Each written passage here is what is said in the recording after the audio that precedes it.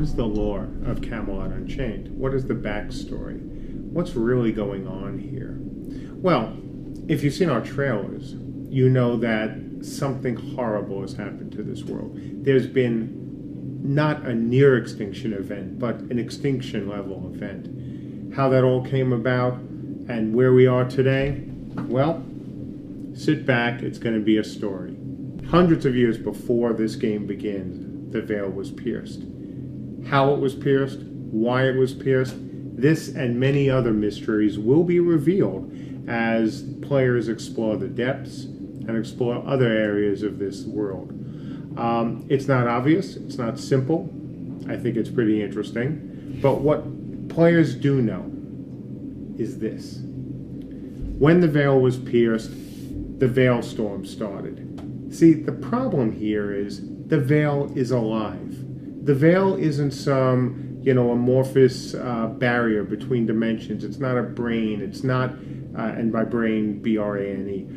It's not this, non-sentient being. It is actually alive. And let me tell you, it wasn't happy about being pierced. And it reacted. It reacted with a vengeance. So the veil storms are part storm, lightning, thunder, bad winds, but that's the easy part. The dangerous part is the magic and the anger of the veil that have fed into these storms. These storms not only can destroy anything they touch, but they also changed whatever they touched. While the veil storms have a physical component, it's the magical component that is so deadly. That magic has the ability to change whatever it touches. Yes, it can destroy, but it also mutates. And with the anger of the veil behind it, this magic had horrific effects on the people it touched. People who were caught out in these storms would literally see their arms changing before them. They would be altered in ways sometimes recognizable, sometimes from their own imagination, and just sometimes into these most horrific of creatures. They were devastating to our world. In the aftermath of these storms, even if you survived, you were left to face your family, your friends, who have been turned into these terrible creatures, sometimes while still human and with all those memories of humanity, but with the shape of a monstrosity. Other times their brains would be changed as well, their thoughts, everything. So they became the creatures. There was nothing predictable about these veil storms. So if you've seen zombie movies, imagine zombies on steroids. Not just zombies, but vampires and werewolves and creatures, not only from our imagination, but from the imagination of those beyond the veil. It was an absolute walking nightmare. So our world has been shattered. What's left of humanity hiding in pockets from the storms. Nightmarish creatures again walking the earth. Fortunately, that's when the emissaries came. These were the beings who lived on the other side of the veil. When the veil was pierced, they were affected as well, though not as horrifically as we were. They got here as quickly as they could. When they saw just the absolute devastation, they did their best. They brought stabilizers. They brought their magic to try to not undo what has been done, because that can't happen. But they did manage to stabilize a major part of the world. So they gathered what remained of humanity and then tried to help rebuild our morale. They were on a timetable. See, the problem is, while that veil was open and while power poured into our world, it also poured out of their world. They had to close the veil and get back to their own dimension as quickly as they could. So they had a thought. They knew that humanity couldn't rely on them forever. And while they did leave some of themselves here, some of the beings as well from their world are remaining with us, most of them had to leave. So they designed a test that may be familiar to some, involving swords. In this case, 3 swords. 3 different swords of power, each representing one of the 3 emissaries. And they put these swords in an anvil. Why? Well, for those who know the Camelot legends and the movies made of Camelot and just stories, it seemed like a good idea at the time. When they put these swords in the anvil, They waited for the right people to come and pull them out. For generations, none did. And as usually happens in these stories, right before the clock expires, something good happens. A set of triplets walked up to the anvil, 3 brothers. Each one was able to draw the sword. When they drew the sword, they went through their own trials. They had to face the veil, aided only by the power in these swords. Each one of them was changed by the veil storms. The changes that the veil storms wrought were not physical at first. The 3 brothers, they went about the task of rebuilding this continent. Each one of them attracted their own followers, and slowly, the magic in the swords altered them. Not to what they weren't supposed to be, but actually what they were inside. One brother, he had the idea of being like King Arthur. As a matter of fact, he became Arthur. Another one of the brothers, he had always been interested in tales of Vikings. And so, what did he become? He became a Viking lord. And the third was more tied to nature. Believed in the tales of the Sidhe, and so he became one of them. These 3 brothers working together began to reform the world. Unfortunately, differences arose. These 3 brothers, armed with tremendous power, then began to disagree.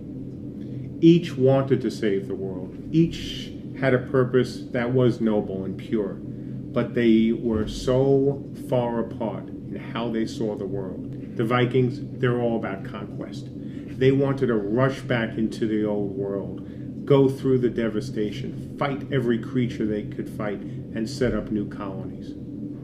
The TDD, they also wanted to change the world, but they wanted to change it through magic.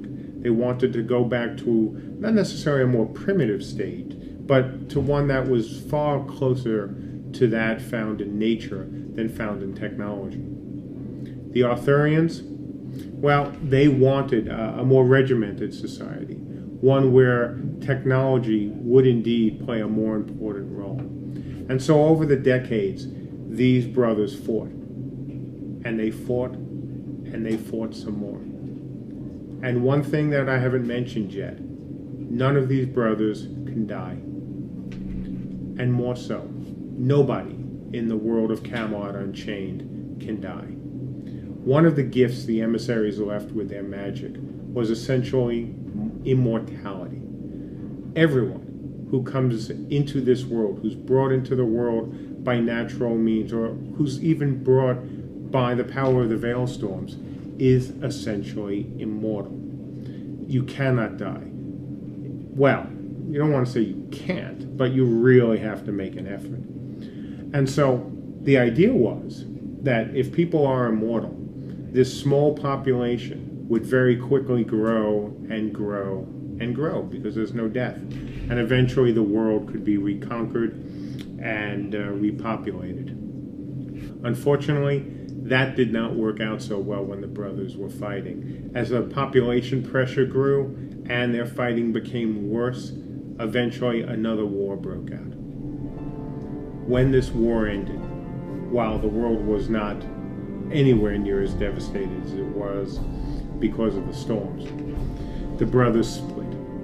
Each of them possessing a sword, possessing stabilizers, possessing other artifacts that they rescued from the continent, now decide that they know what's right, and only their way is right. Now look, none of these brothers are evil. None of these realms are evil. Each one believes that they're doing what's in the best interest of not only their realm, but of all the inhabitants of our planet. The Arthurians, they head south. The Vikings head north. And the TDD, they head sort of east. Each going back into the changed world and trying to reconquer it for their people.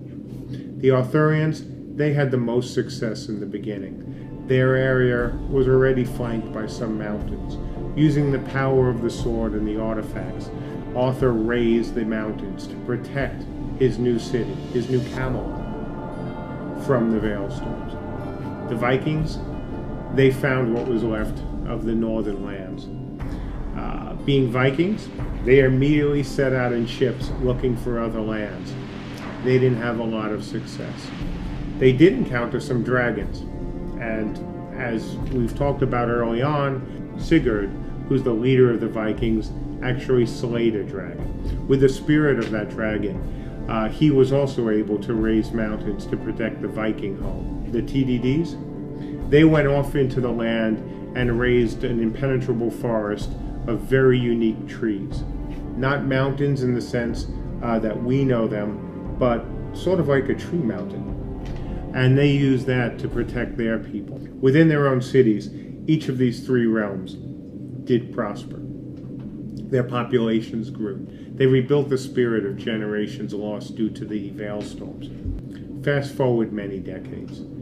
Each of these three realms has tried to look for other lands, and they haven't found any that are either habitable or, quite frankly, are even conquerable. They have been changed so much by the Veilstorms and by every horror that one can imagine. So, with a lot of reluctance, they have all decided to head back to the old continent, to see what is left, to try to conquer it if they have to, which of course they do have to, because this is a game. And when I say continent and you're thinking maybe small, no, this continent is big. How big? We're going to be working that out, of course, over the next 2 years.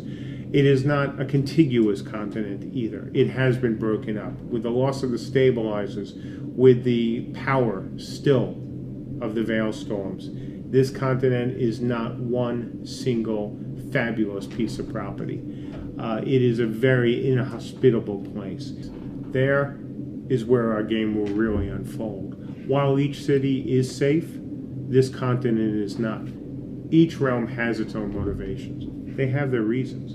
But it really does boil down to one thing. They must get more space. They must find more resources.